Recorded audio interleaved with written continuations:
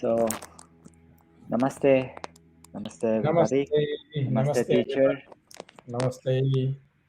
Buenos días a todos. Muchísimas gracias por estar aquí una vez más. Estamos muy contentos de iniciar nuevamente una conversación con nuestro profesor, con nuestro mentor, el profesor Kaustubh de Sikachar. Bienvenidos. Welcome everybody who is starting to join to this conversation. Voy a hacer la introducción en español y vamos a mantener la conversación en inglés. Entonces, Aurelie, thank you. We would love to know who is joining for the conversation, so please leave a message in the chat box so we will know who is with us.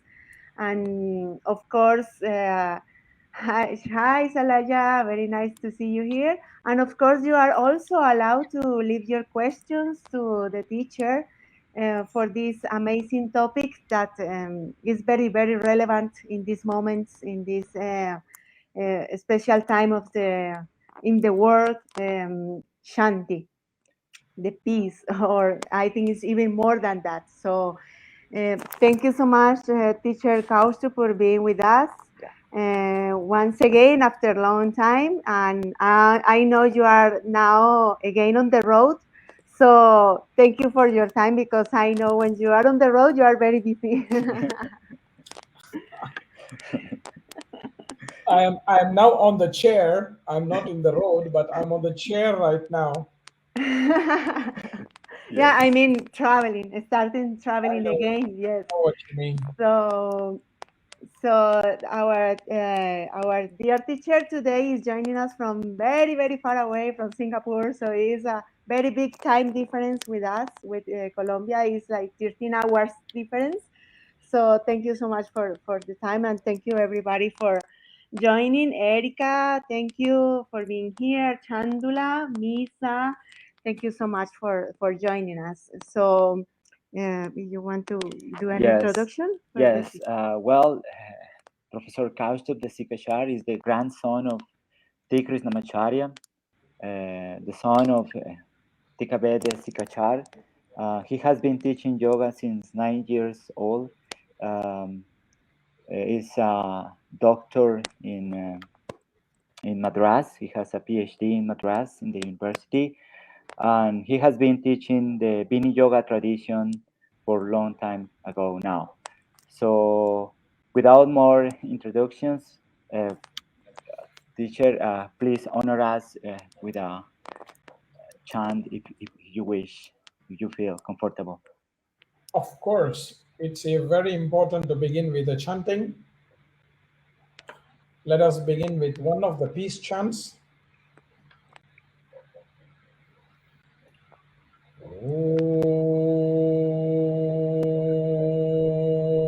Om Tachyoravranemahe Gataya Yajnaya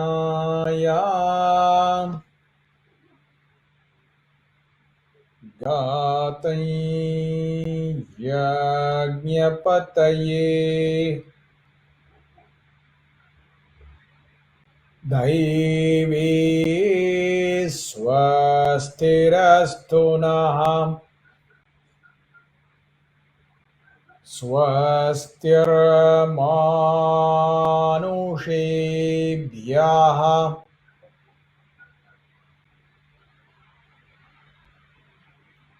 Urdhvanjighatu bheshajam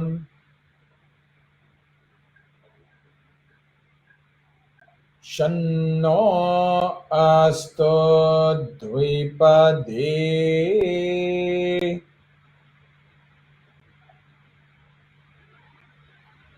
Shanchatushpade Om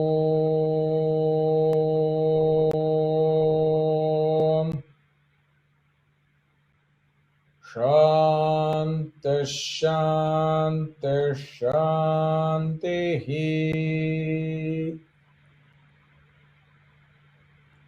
Namaste, my dear friends. Namaste. Thank you. Thank you very much, teacher, for this beautiful chance to start the topic of today. So, as I was saying before, we will keep the conversation in English, but if anyone who is of our friends who is a Spanish speaker would like to leave also questions or commentaries, we can translate to the teacher, or you can do it also in English. And please participate in the conversation to be more interactive. So thank you so much. And please keep leaving us your messages to know who is joining us. Thank you.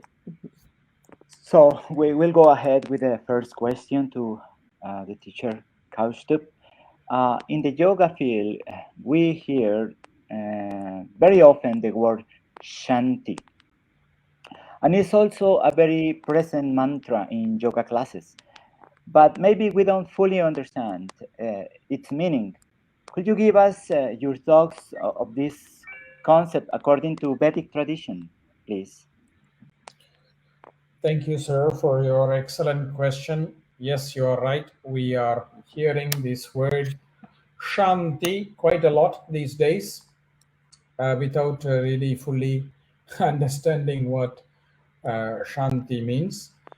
The word Shanti comes from the derivation Shama Shantyo, which basically means that it is a state of non provocation, a state where we are not actually provoked, a state where we are feeling unprovoked when there is any stimulation for provocation. If we look at many of our incidents in our life, the way we respond to things, we almost always react to different things that are happening around us. When we are sitting to do our yoga practice, for example, and a child cries from the neighborhood, then we are angry with the child that it is disturbing our peace. The problem is we are reacting the same way we are reacting to so many different things. If somebody says something to us that is not comfortable for us to hear, then we blame them for making us feel that way. All of this is a sign that actually we are not in peace with ourselves, because we are still reacting to all these kind of stimulus, which obviously is touching a point in our heart that is still not fully healed, that is still not fully, how to say, in peace, in harmony. And I think that is the problem. Peace cannot come only from outside. There is the reason for peace inside from outside, but more importantly, our peace comes from within us when we are not provoked at any disturbance or anything that happens from the outside. The disturbance or from the outside need not be only negative information, it could also be something which is very exciting. When our football team wins the game, for example, we start to get excited. That means we are not in peace, we are now excited, which means when we are excited, we can obviously also get agitated when our team loses.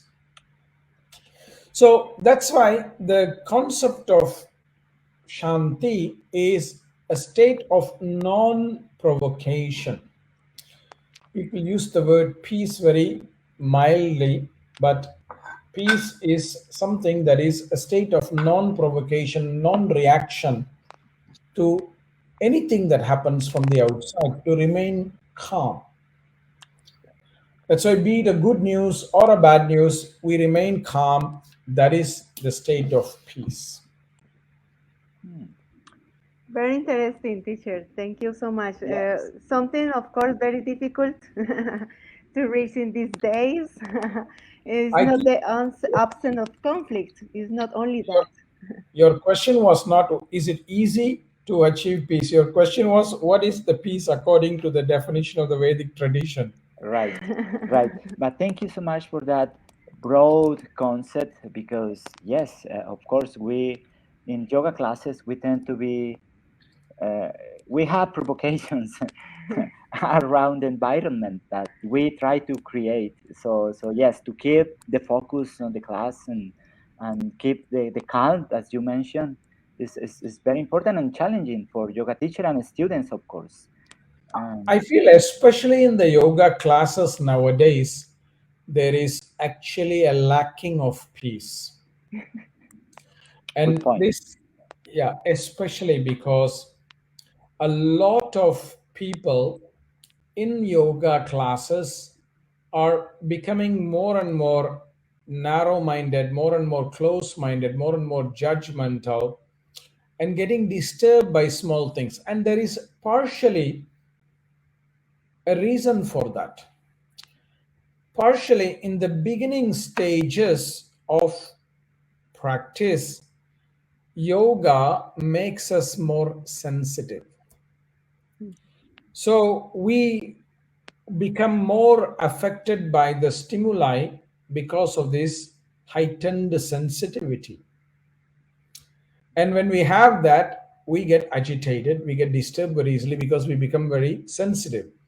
That is why we need to sustain practice so that we become more calm, even though we are sensitive. And then once we are sensitive and we react, then we our ego comes into the place. We don't want to apologize, we want to know that we are right. And this is also something that happens in yoga. Yoga practices wakes up what is within us. And if we have egoistic seeds within us, yoga practices can definitely wake that up and make that very, very strong, very, very vital. And then the yoga people themselves become very egoistic, and we respond with the ego rather than from our heart. And I think that is why I say we find many, many unpeaceful, non peaceful experiences in many yoga classes. And it's not something that we should condemn. We should try to work through that. We should raise awareness about it. Definitely. Mhm. Definitely. So, if I'm getting the point, we can say that Shanti could be a synonymous of a state of yoga, because this is what we are looking for, a kind of a state. One time, the great philosopher J. Krishnamurti asked my grandfather, "What is yoga?" And J. Krishnamurti was not a, a believer in God. He was an atheist or a non theist, let's put it that way. For my grandfather, yoga is definitely connected to the spiritual or let's say divinity. Mhm. But J. Krishnamurti obviously was a non believer of God. So my grandfather responded to him saying, "For you, I would define yoga as Shanti, a state of being in peace, because if you think about it, only when you are in a peaceful state, you can make a connection. You cannot make a connection when you are excited. Imagine trying, I mean, I have a phone charger here which has to go into the plug point. Now, if my hand is excited and shaking, it will not go into the point to make the connection. It has to remain peaceful and steady to make that. So, that is what yoga is also about, to bring us to that state of peace. And he would define later, my grandfather, that for non believers, yoga is the union of body, uh, which is through the actions, our speech, and our feelings. That means when there is no separation between what you feel, what you say, and what you do, that's a union of these three levels, and that is yoga. That's why we chant Shanti three times at the end of many chants. Om Shantihi, Shantihi, Shantihi. Let there be peace in our actions, in our words, and in our feelings. There has to be a consistency. If you are having a consistency between the three, you will be in peace. Whereas if you don't have that consistency, you will not be peaceful. There will be something that is obviously blocking you, that is actually kind of disturbing you. Wow, that's amazing, teacher. I never thought about that, Yeah, about the Shanti three times. It's very beautiful, very but beautiful. Thank you. beautiful, and I can see why the Bini yoga tradition is so important to adapt to the student, to trying to look at for the peace within every person in the different way. So excellent, excellent. Thank you for that, teacher. Okay, I will say hello to our friends, Erica, thank you, Chandula, Misa, Alain, teacher Amit, thank you so much for joining us. The teacher Amit is a very good friend of us. Magda and Natalia, Nakao, thank you so much for being here. You can also leave your questions and your comments in the chat box, and teacher will see it, and we will transmit to the teacher. So going to the second question about going about the Vedic tradition, especially. mm, the literature of the Vedic traditions, as the masterpiece like the Ramayana and the Bhagavad Gita, which are epic stories, tell us the dilemmas we humans face constantly, our own battles, our internal battles. How do you believe Shanti as inner peace emerge from these internal conflicts? I think they are great examples of texts that tell us that no matter the time frame we are living in, what era we are living in, whether it's today or 5,000 years ago, 10,000 years ago, whenever Ramayana Mahabharata took place, life is not easy.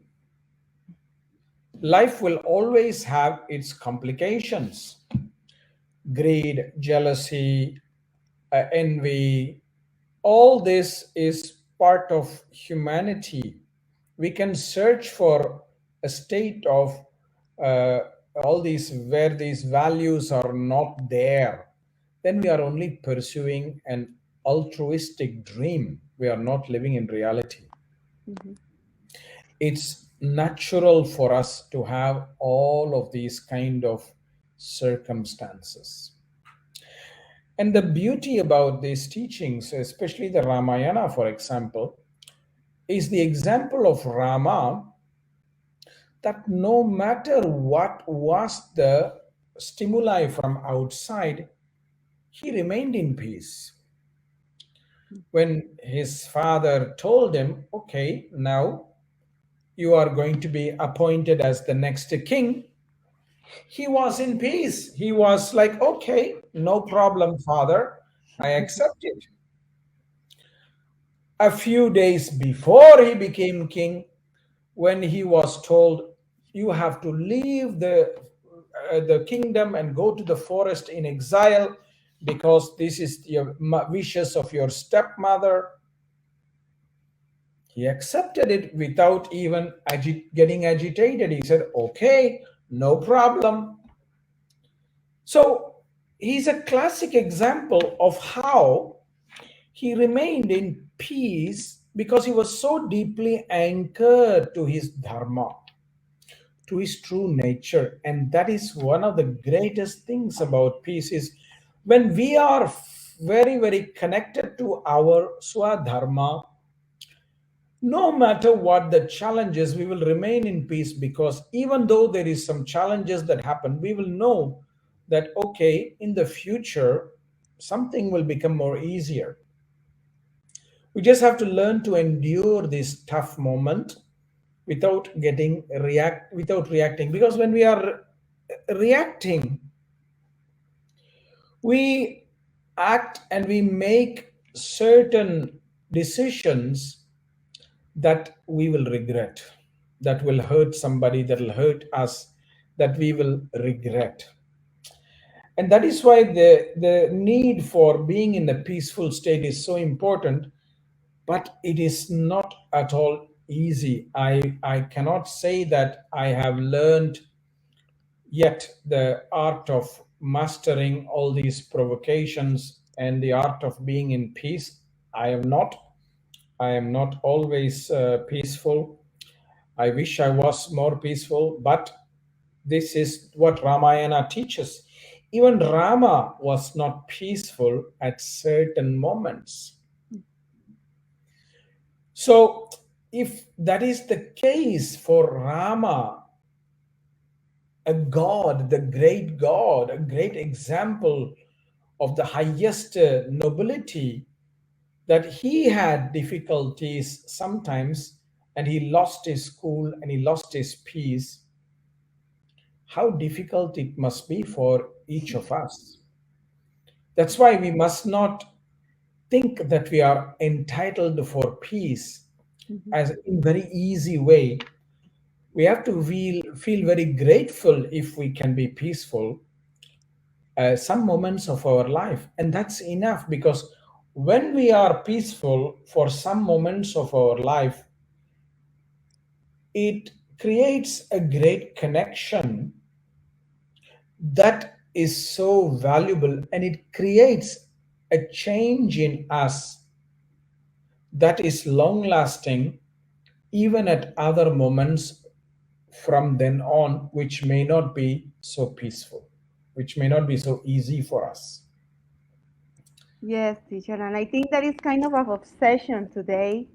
Like we should always be in peace. We should always be happy. We should always have no problems. And people sometimes look for yoga for that, and they think all will be resolved. I think this is the biggest obstacle for today's society, because we have become so spoiled and we feel so entitled that all good things only must happen to us, bad things should not happen to us. But nature is not like that. One day it will give us a beautiful sunshine, a sunrise will be so magical. Another day we will have a very cloudy day. One day will be very peaceful and quiet, another day will be a thunderstorm. We cannot control it. There is a whole range of experiences in the nature.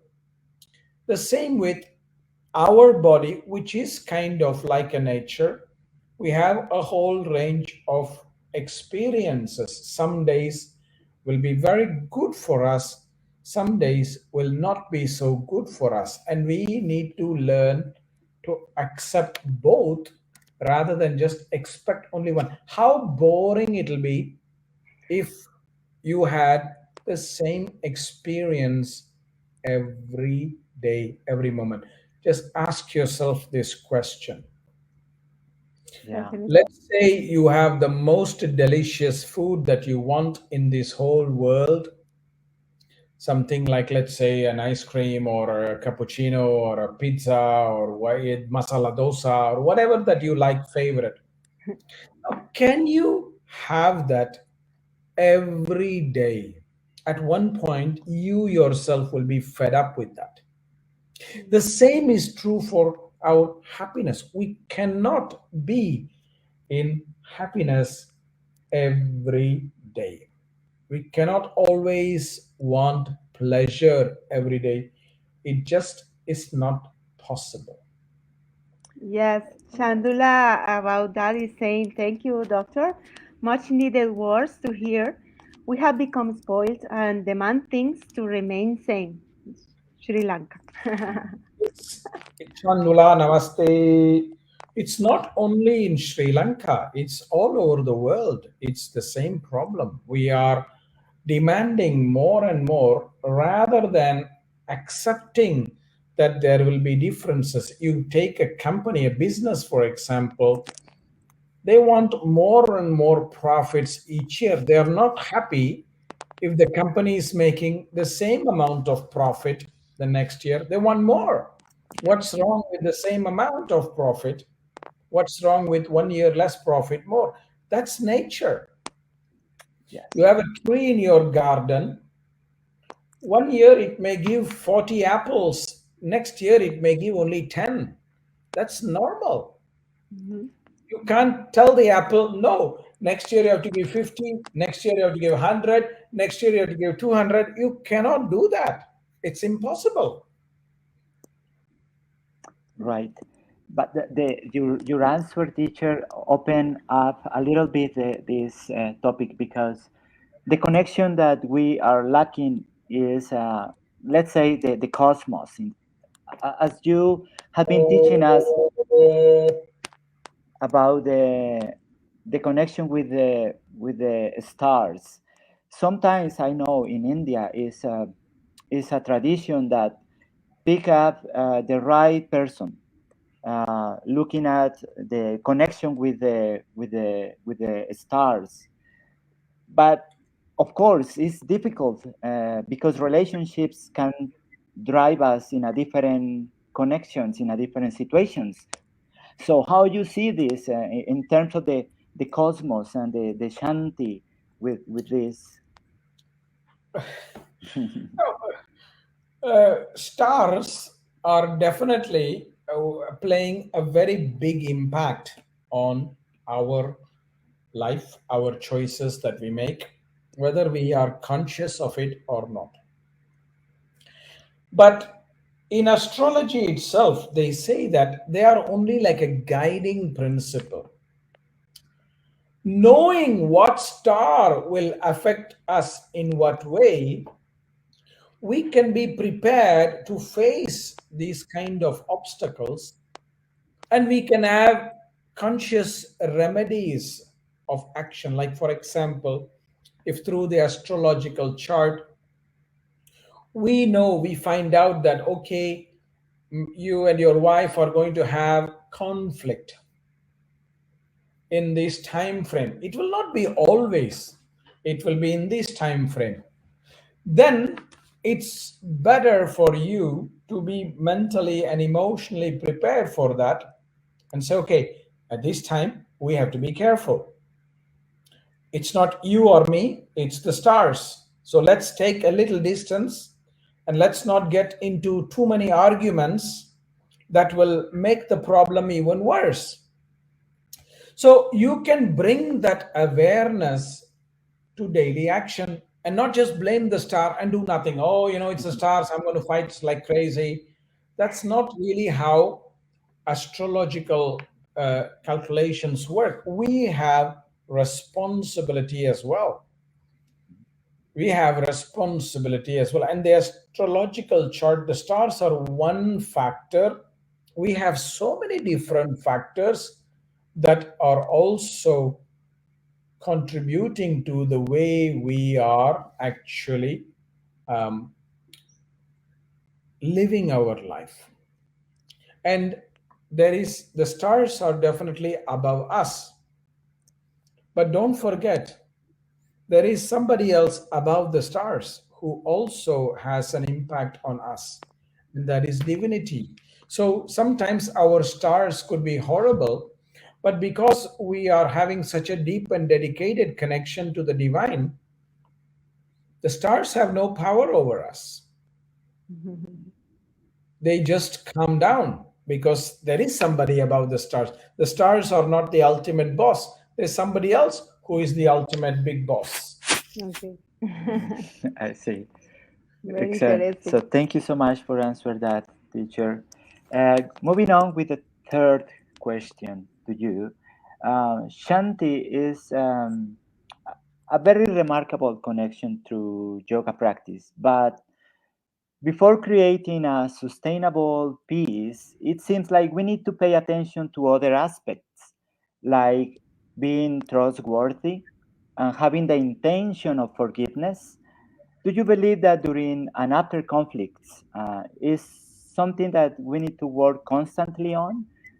Uh, for example, in Colombia, we had faced during the last 60 years uh, Internal conflict. internal conflict. And finally, there is a release of a commission of truth that asking the society of Colombia To to forgive. to forgive and to not commit the same mistakes again and again. So, what is important to build this trust and forgiveness? Do you agree with that?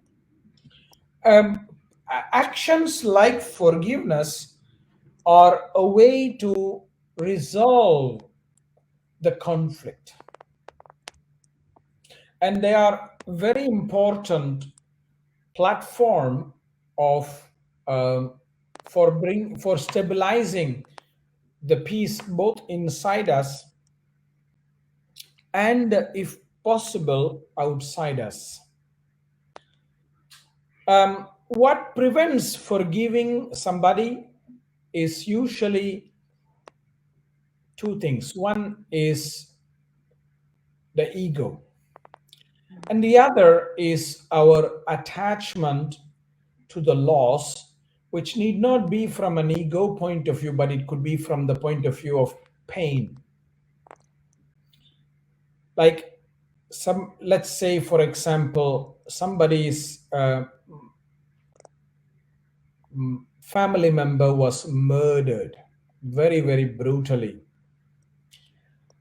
The sense of loss is so great that the mother of the child may not be able to forgive. So it's a big loss. Now, whether it's right or wrong, we can argue about it. But the longer she carries this, the more it will only hurt her. At some point, she has to lighten that burden.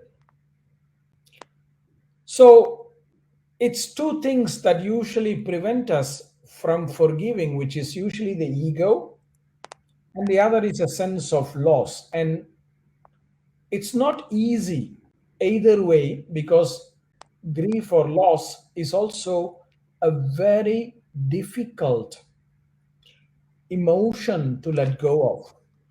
And the ego, of course, is also something that is very difficult to let go of. So that's why forgiveness is not easy. And we hide, it's very easy for us to hide under the umbrella of reason which says, I don't want to get hurt again, so I want to protect myself. Mhm. And therefore, I don't want to forgive, therefore, I don't want to move on. And that's a very painful situation, and it's not always the most wise decision. Mhm. Because just because you are hurt one time, it doesn't mean that you will be hurt another time. You will be if you did not learn the lesson. But if you have learned the lesson and adapted your behavior, you will not be hurt another time.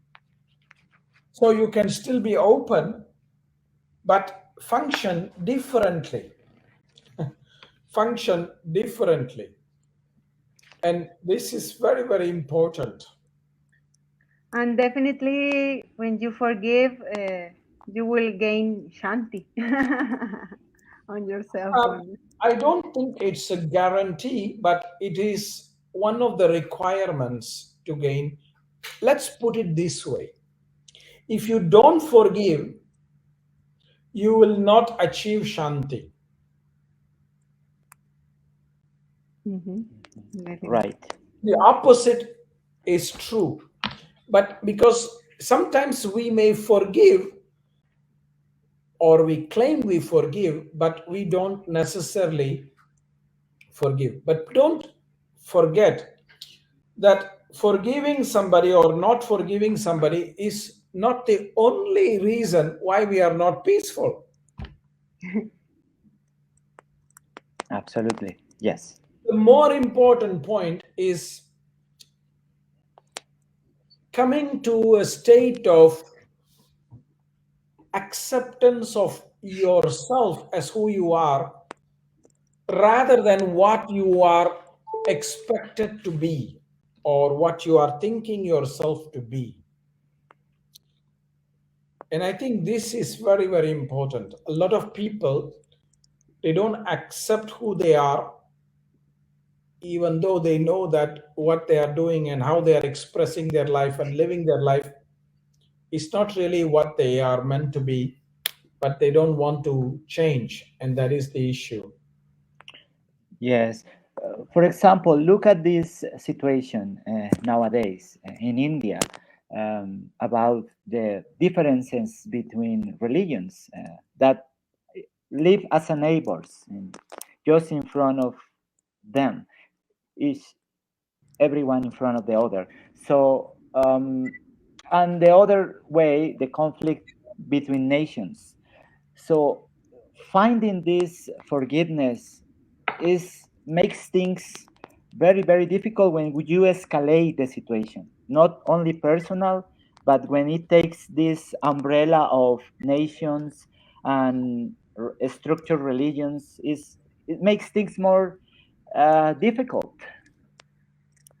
I know, but we cannot generalize um, a nation to its people.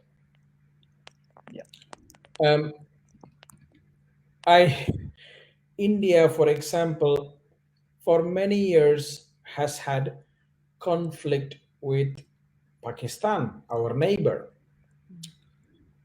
But when I travel, I have met many Pakistanis who are extremely nice, who are extremely open, and I don't have any reason to have a hatred or an aversion to them just because of a nationality. Well, my government and their government may have conflict. Maybe my ancestors and their ancestors had some conflict during the separation. But we cannot generalize a people and a country as one, even if it is made up of people. The country and the people are not the same.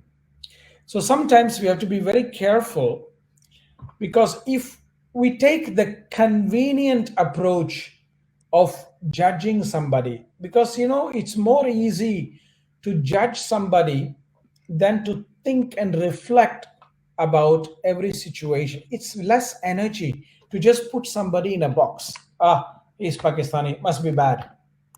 It's not right. It's so easy. Right. It takes less energy. Ah, he's bad. It's so simple, but it's not right. Whereas if we reflect about it, we think about it and say, okay, what is this person demonstrating? What are the qualities that he or she is showing? When we start thinking about that, it takes more energy, but we are not interested in that. We like to put people in boxes and go on quick, and then we blame them for our problems. It's not right. Mhm. So I think we have to be very sensitive and very careful, especially in these kind of topics, because the people and the country are not all the same. A family and a person is not all the same. Yes. Just Yeah. because one person in a family is bad, it doesn't mean that everybody is bad. Absolutely. Just because one person is good doesn't mean that everybody is good. Right. So it's we have to understand that people and a country is not the same. And we become very divisive because we take the identity of a country. Oh, I am Indian, therefore I must hate anybody who is not Indian. That's not right. I am People say, oh, I belong to this religion, anybody else in the other religion is bad. That's not right. Mhm. Mhm. So It's very, very important to not put everybody in a box. It's dangerous. Yeah, thank you for that, teacher. I'm just trying to picture to picture your grandfather during the British colony as a yoga teacher in Mysore, for example. How do you think he could keep the calm as a yoga teacher, even within these troubled moments in India, with trying to British. find the release of this British colony? Well, I think I don't know what he experienced at this time because I was not born there. Absolutely, yes. I can only speculate. But I know my grandfather was definitely not uh, happy with what was being done to our culture and our country. At the same time, he was peaceful because he had two important things that kept him at peace. Firstly, he had a very, very great connection to the divine, and he knew that he had a strong belief that the divine will take care. The plan is perfect, but it's not our plan. So, Mhm. if God wanted the British to invade India, God wanted the British to invade India. We cannot challenge that. So, he was in peace with that. And the second thing I feel is that he was so dedicated to his dharma that nothing else bothered him. He would always find a way to do his dharma. That's it. Mhm. He would always focus on the dharma. It doesn't mean that he did not express his dissent about the things that were being done to my country, to my culture, which he said very loudly that what was being done is not correct. Mhm. Because, again, as I told you earlier, there has to be a coherence between what you feel, what you say, and what you do. So he felt that they did not treat the nation well. So he expressed it through his words and actions, but he was not violent towards anybody because of that. He just said, what you're doing is not right.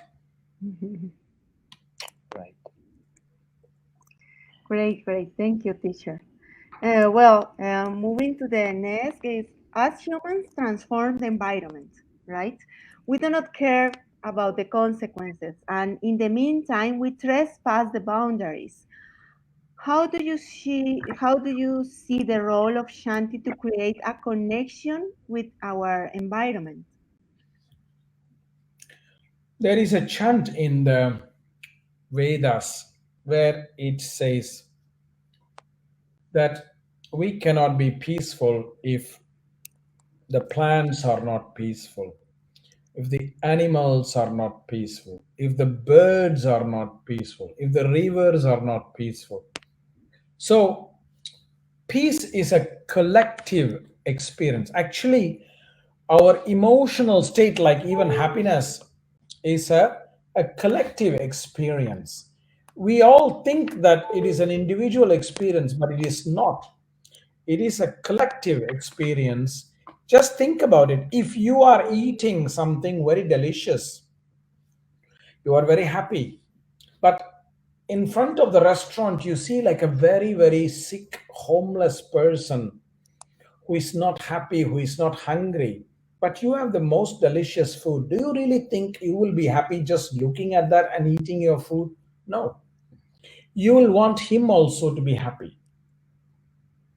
In the same way, it's about peace. If we don't keep our environment peaceful, if we attack all those, let's say, participants of our eco structure peaceful, how can we be peaceful? Imagine a family, okay? You are, let's say, there is a husband, wife, a few children. Now, if one child is always provoking the other child, another brother or another sister or the mother or somebody, do you think the family will be in peace? No, there will be fights always. So that's exactly what we are doing to the environment. Our the plants and animals are our family. The animals are our family, whether we own it or not. They are our family. They share this world. So if we keep pushing them, making them agitated, making them irritated, how the hell do you think we are going to remain peaceful?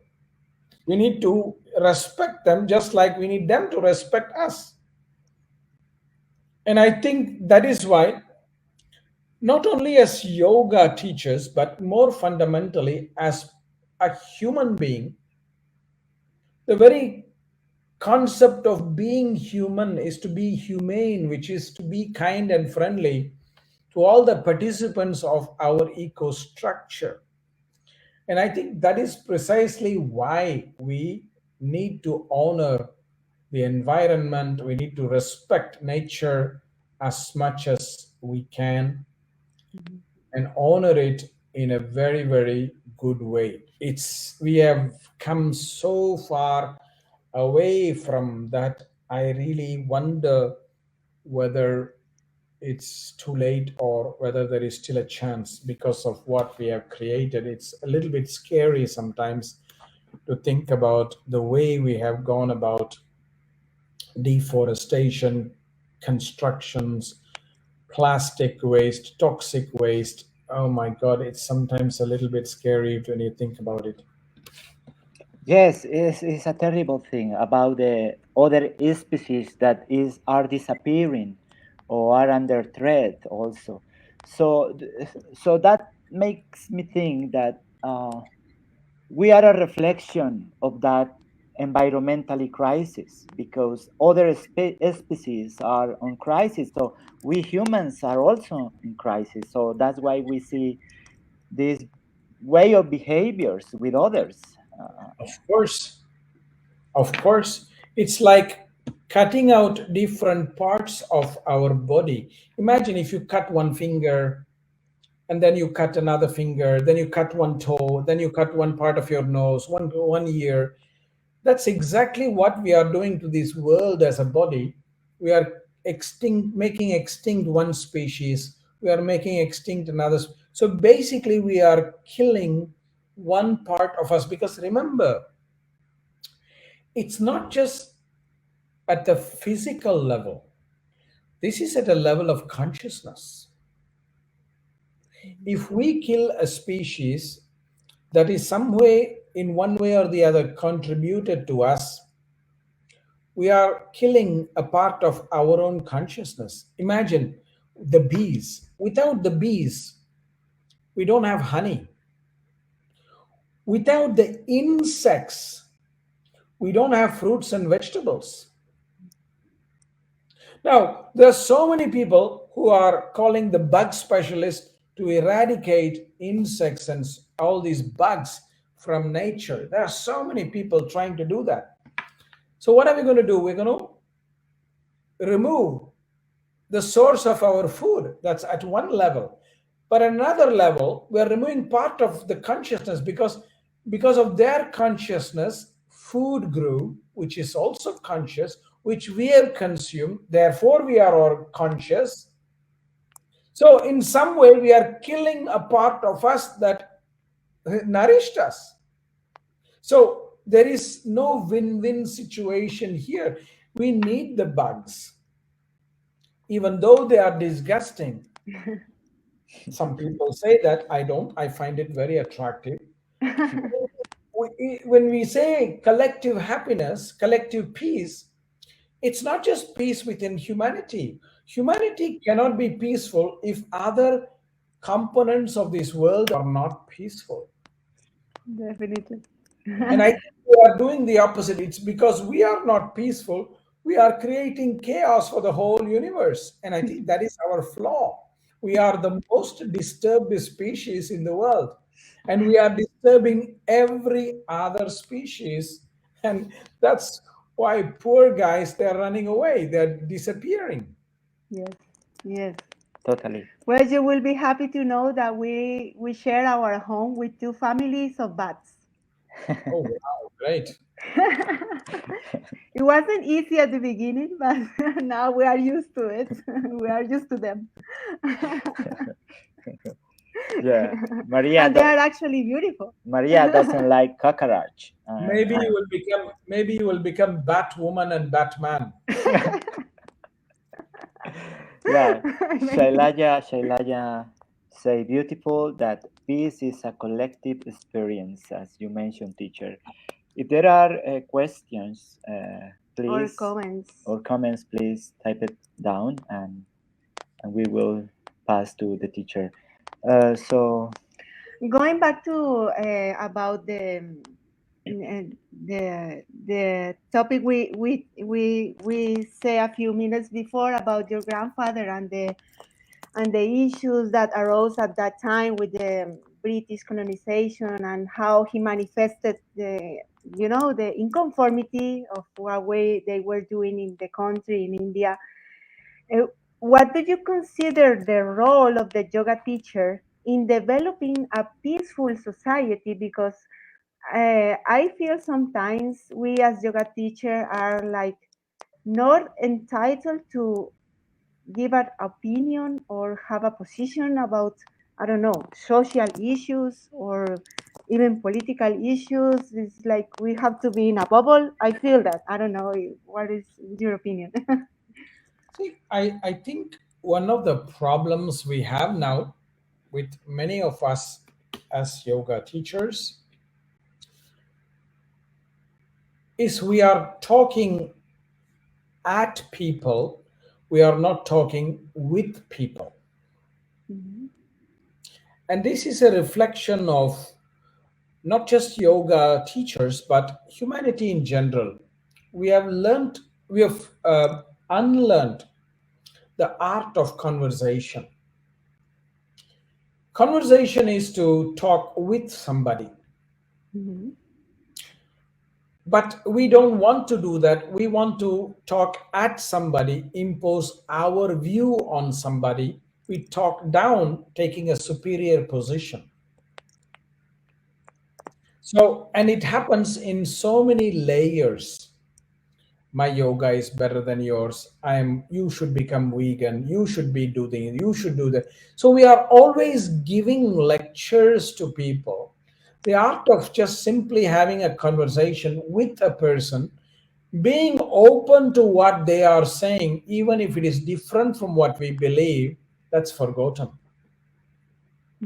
And that's a big part of that, I think, is becoming, we are losing that because of the internet and the social media platforms where we only get fed the feeds that we subscribe to, we want to, not basically everything that is possible. In the old times, in the newspaper, you had all the news. But now, if you look at your channels, they ask you what you like and they only send you what you like. They don't send you what you don't like. right. So in a way, we become brainwashed to think that that's the only world that exists, and therefore that should be right. And that's why we start talking at people, not with people. So I think as yoga teachers, we should relearn the art of conversation to talk with people. Because peace cannot come when you're in a top down approach. It's something that is horizontal, not vertical. Even as a teacher, I cannot talk down to my students just because I'm in a position of a teacher. I have to learn to talk with the person, and that's what every one of us as teachers should do. And I think it's very, very important. Otherwise, we just become a lecturer. We are not really a teacher. Absolutely.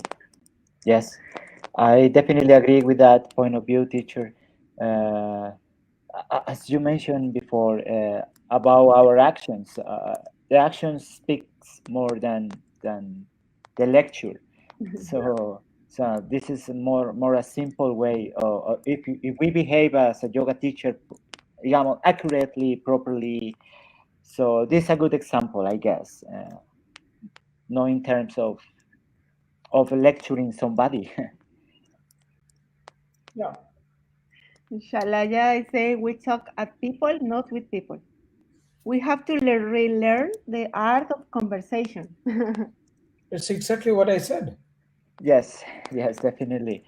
Uh, if there is something, teacher, that you probably have on your mind that we have not covered through the questions, and that you would love to share with us about this Shanti concept, which has been tremendously important. And thank you for not the lecture, for the conversation. That is a more important.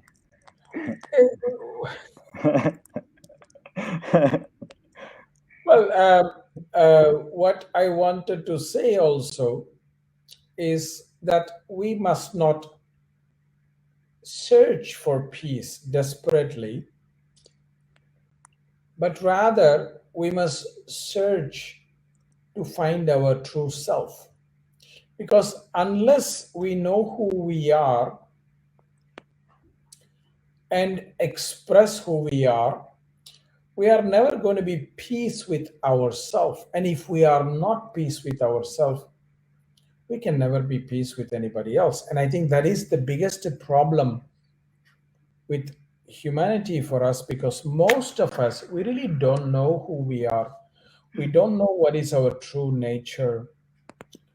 We don't know what we are when we are stripped out of all these identities. We try to think that we are these identities. If we remove that, who are you if you remove that? What is really your true nature? And I think that is why we are struggling so much, because we have really not found peace with ourselves, because we just don't know who we are. Right. We just don't know who we are. That's it. It's as simple as that. Once we know who we are, there is a peace. I mean, even when people say, I am a yoga teacher, that's the job description that they are saying. It's not really who they are. So I think that is the most important thing. We have to discover who we are. When we realize that, then we become peaceful with ourselves. Then only we can be peaceful with others. And plants and animals know who they are. They are not trying to be like somebody else. A dog is not trying to be like a giraffe. A giraffe is not trying to be like a monkey. A mango tree is not trying to be like a papaya. But we don't know who we are. So we want to be like somebody else. Oh, I want to be like that. I want to be like that. So many people, many of us, we don't know who we are. I think that is the problem. That's why we are lacking peace. Absolutely. And also, like, not accepting even others or how they are. If you cannot accept yourself, how will you accept somebody else? If you cannot accept your own self, how can you accept somebody else? The moment you accept who you are, there is no way that you cannot accept somebody else. Right. There's no way. Definitely. We need authenticity, it says orally. Authenticity, yes. To know well, who we are and act accordingly, I guess. Aurelie is And becoming Aurelie is becoming more and more and more authentic each day. it's Excellent. absolutely Well done, beautiful. Aurelie. Talking with people instead of talking at people. Okay, okay. Thank you so much. So I think, well, thank you, Angela. Thank you, Armando, for being here, Miraj. And thank you so much, everybody, for your comments. I think the topic was quite clear for everybody, apparently, because there are no questions. So we just need to just put in practice, trying to find our true essence as humans, as part of the environment, and then we will maybe be less and less provoked, as you said before, and for the different challenges of our lives. Yes. So, and that is the Shanti, the No provocation. Beautiful concept. Thank you, teacher. So this is the end. So honor us, teacher, please, with a chant to close this conversation. And thank you, everybody, to join us. Om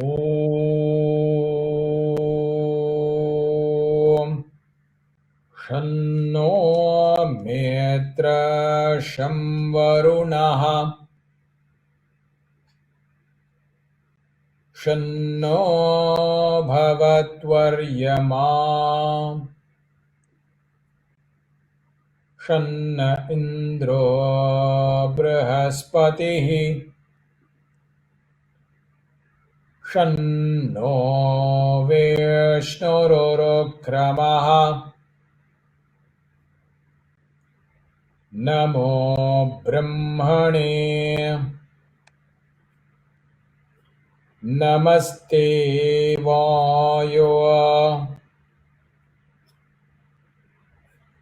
Tvameva Pratyaksham Brahmasi Tvameva Pratyaksham Brahmavadisham Ritamavadisham Satyamavadisham Tanmamavita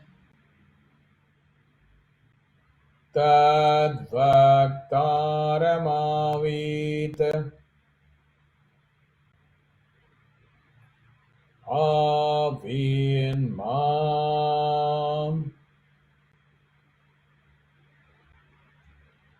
Avidvaktaram Om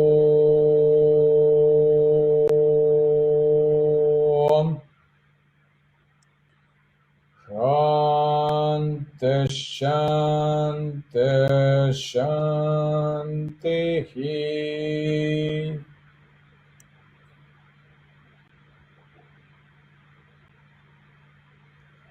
Namaste. Namaste, everybody. Namaste. Namaste, teacher. Thank you so much for your time, and thank you, everybody, for being here. And peace Thank to you. all. My pleasure. Namaste. Bye bye.